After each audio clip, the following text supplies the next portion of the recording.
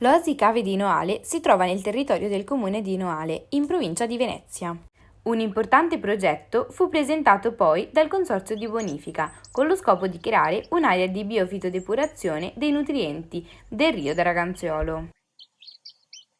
Buongiorno a tutti, oggi ci troviamo all'Oasi di Noale. Ma voi lo sapete che l'Oasi di Noale è stata una vera e propria lotta per i cittadini di Noale, che infatti dovettero combattere affinché non diventasse una discarica al posto di questa fantastica oasi. Il canale è stato realizzato artificialmente, ma nonostante ciò ha assunto una forma apparentemente naturale e permette all'acqua di entrare e di filtrare nel canetto così che si fitodepuri.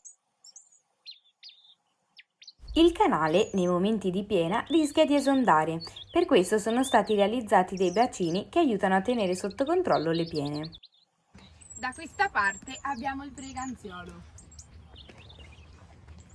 mentre da questa abbiamo l'Oasi di Noale. In canale, le nutrie, facendo le tane vicino all'acqua, costituiscono un problema per la stabilità degli argini. Per questo si cerca solitamente di realizzare le sponde meno pendenti. Vedete questo piccolo sentiero? È il sentiero che fa passare le nutrie.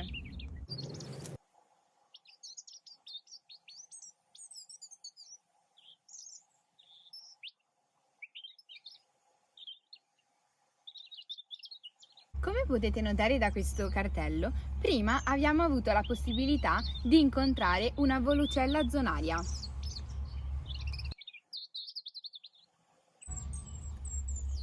Inoltre noi abbiamo avuto un incontro ravvicinato con un bombo, ma non siamo riusciti a filmarlo per la troppa paura.